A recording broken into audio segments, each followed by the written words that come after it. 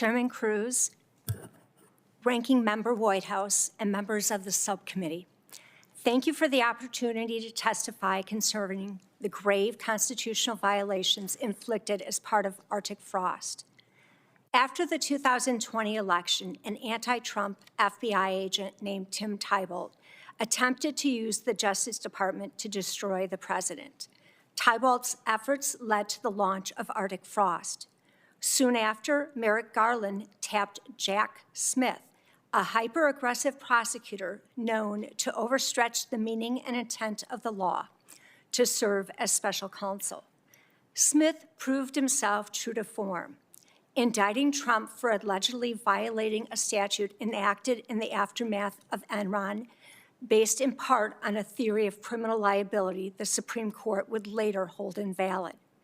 The Supreme Court would later also halt Smith's efforts to prosecute Trump for actions that fell within the president's official duties.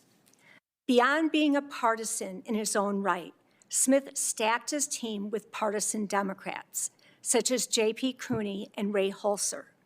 Cooney and Holser served as Smith's top deputies, and in them we see the clear double standard and political bias that permeated the DOJ and FBI.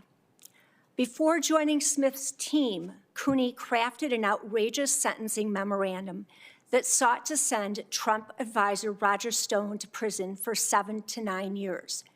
Cooney's sentencing recommendations were so unhinged that the then Attorney General William Barr intervened. Cooney responded by spreading unfounded rumors that Barr and the acting U.S. Attorney were being improperly political, with media leaks furthering that narrative, eventually leading to an Inspector General investigation. The IG cleared the Trump administration, but chastised Cooney. Holser, for his part, demonstrated his partisan proclivities when he headed up the public integrity section and refused the FBI's request to open an investigation into the Clinton Foundation. But Holser's partisan protection racket went further when he withheld a 6-page timeline of the Clinton Foundation investigation from the then U.S. Attorney operating out of Little Rocket. Instead, he provided an abbreviated 2-page summary that omitted all references to interference from the DOJ and the FBI leadership. In contrast, when the target was Trump, Holser, along with Cooney, drafted a memorandum to justify subpoenaing the toll records of about a dozen members of Congress, notwithstanding internal email discussions acknowledging a clear speech or debate clause problem. They then hid the details of those subpoenas using the prohibited access functionality of Sentinel, which ghosted the FBI records. As this committee well knows, because many of you were victims, Smith approved the subpoenas and obtained the toll records of Senators Blackburn, Graham, Hagerty, Hawley, Loomis, Johnson, Kennedy, Scott, Sullivan, and Tuberville. Only Senator Cruz escaped the invasion into his privacy and the violation of the speech or debate clause because his cell phone provider questioned the subpoena.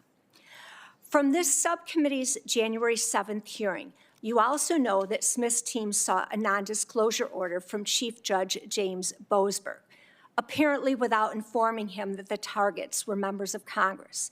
I say apparently because Chairman Cruz's request for the non-disclosure application to be unsealed has been ignored. Yet again, we see the double standard and the weaponization. Judge Boasberg has still failed to order Smith and his prosecutors to show cause for why they should not be held in contempt for concealing the members of Congress were the ones who were being targeted.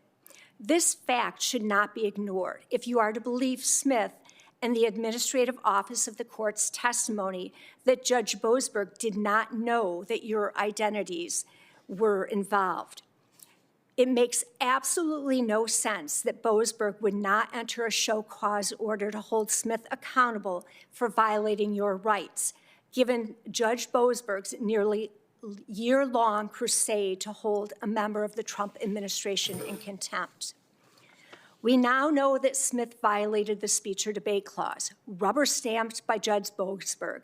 He went further, and he subpoenaed the toll records of Kevin McCarthy, former Speaker, and Chairman Jim Jordan, again under cover of a non-disclosure order. Add to that the hundreds more served on individual Republicans, including Trump's attorneys, Republican organizations such as Charlie Kirk's Turning Point USA. And they didn't seek merely toll records, but also bank records, which revealed the donor base. The breadth of these constitutional intrusions is unprecedented. But to recap, Smith unconstitutionally was appointed special counsel in violation of the Appointments Clause. The subpoenas of the toll records violated the speech or debate clause. The vast and unjustified subpoenas to Republicans and the organizations that were connected to them violated the First Amendment associational rights. The targeting of Trump's attorneys implicates the Sixth Amendment right to counsel. And using prohibited access to bury records is a huge due process violation that raises potential violations of Brady. Smith and his team must be held accountable. Thank you.